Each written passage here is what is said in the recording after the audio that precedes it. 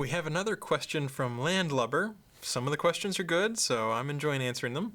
An SEO suggested that I take all the content on my Twitter page and auto-feed it into a section on my website. Will this really help my site's PageRank?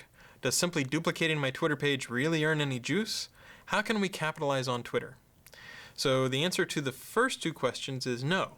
Just adding more content doesn't get you any more links. Duplicating your Twitter page on your website doesn't earn you any more juice. Now, that's not to say that it can't be a useful addition to your website. Adding more content can attract links, but it doesn't automatically attract links. Adding more content doesn't automatically affect your PageRank. Remember, PageRank is based on who links to you and how reputable those people are. So if you post something on Twitter that people enjoyed, for example, a while ago I said, when you have 5 minutes to spare, Twitter is a great way to fill 35 minutes. People liked that. They retweeted it.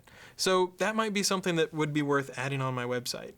But I wouldn't put every single thing that's on your Twitter feed on your website, because you'll probably either bore people to tears and they'll leave, or people will see, well, what's the difference between the blog and the website? I don't really see any difference.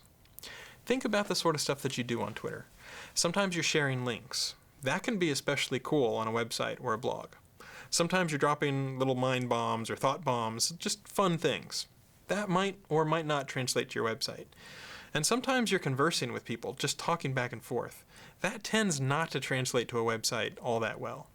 So rather than just putting an auto feed where everything on Twitter automatically shows up on your website, which you can do and won't hurt you probably unless your readers get bored or decide to leave, what I would do instead is I would think about what were the things in the last week that I tweeted that were either really cool, or that people retweeted a lot, or that people really enjoyed, and I'd sort of think about taking the highlights and maybe putting those on your website.